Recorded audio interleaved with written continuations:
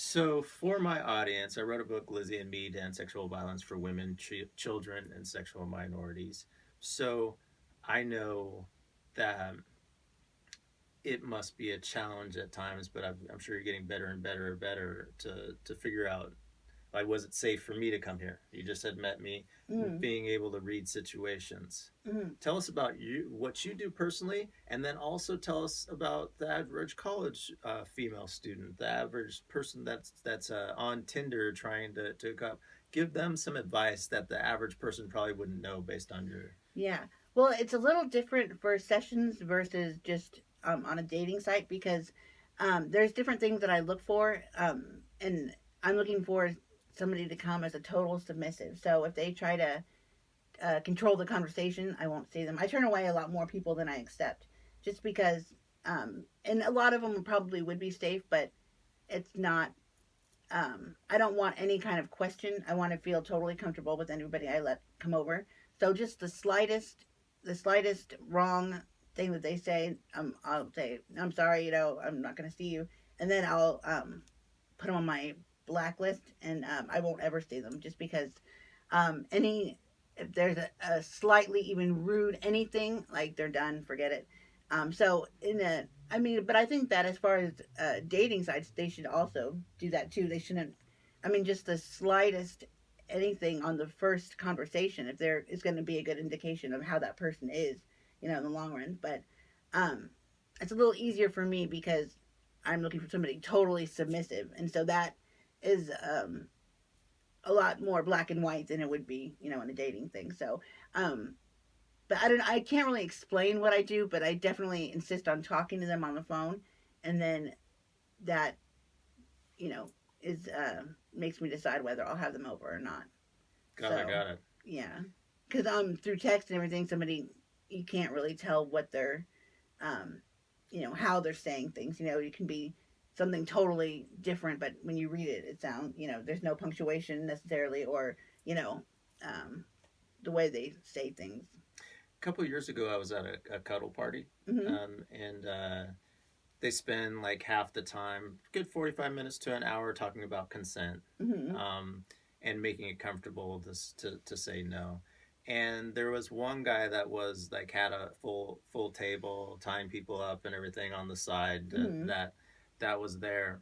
And I was cuddling with this one woman, and there is this the guy was an African American whipping this white girl, and the white girl was so happy, and I was like, I was making a joke about, oh, there's some payback there, and then the woman said, that's just like the epitome of privilege, that she's just sitting there enjoying getting whipped.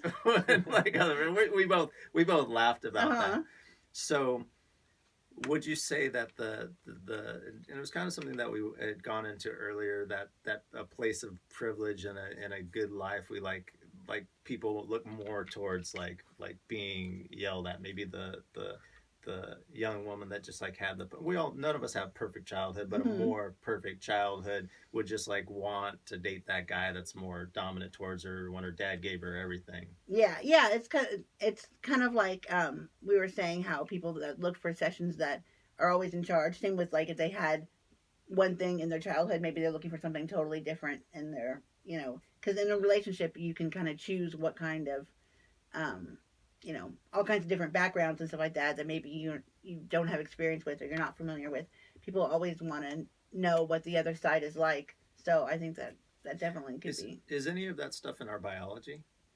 Um, I think it is because for me personally, like ever since I was little, I've always been bossy, and when I was little, I used to make the neighborhood kids my slaves and stuff like that. So um, I think that was just natural for me to do, But so I think that some people are probably, naturally, um, in charge kind of people, and there's alphas and and betas. I think naturally, but I think that through your childhood, whether it's your confidence is brought out and like um, people have a good childhood and stuff like that, that would be making it even stronger.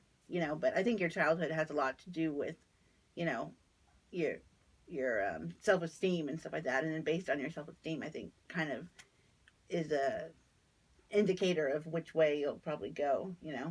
I think a lot of it has to do with confidence and stuff like that. So, Got it.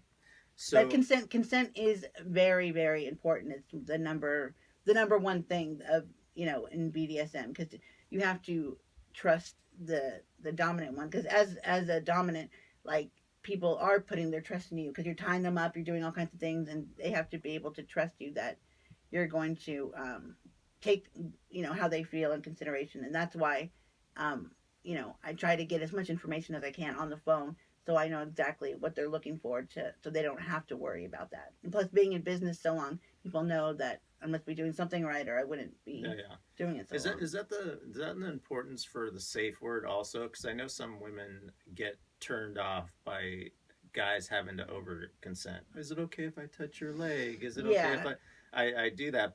But in this world, it's like understandable to do that. yeah. It's kind of ridiculous that it's gotten to that point, but you In know some ways, it's totally understandable though. Oh, Yeah, yeah, most, yeah, yeah, yeah, that's yeah, what I'm saying. yeah, yeah, That it's ridiculous. That it is understandable, yeah, yeah. because some people take with false accusations and whatever is just really disgusting, because it's made things that shouldn't have to be. So, um, you know, I think Dave Chappelle did a really funny skit about that. He's like, "Can you?" They're in bed together, and he's like, "Oh, can you sign that? That's okay if I do this?" And it just shows how ridiculous it's been. But it's to be on the safe side. You um, can't be too careful these days. Got it, got it. That's why, yeah, I think the safe word is good. So, and you're consenting with somebody. Is it okay if I just like go and then give you the opportunity to stop instead? Is it okay if I touch your hand? Is it okay? Yeah. Yeah, yeah, because it can, yeah, it can be a lot. It can suck all the energy out of the thing. So Mm-hmm. we're gonna wrap up here. Uh-huh. What is there anything else that you would like to tell the audience? And I want you to tell the audience, and then I want you to end it with telling the cameraman, like in a firm way, to shut off the camera, like letting him know he better shut the fucking camera off. Okay.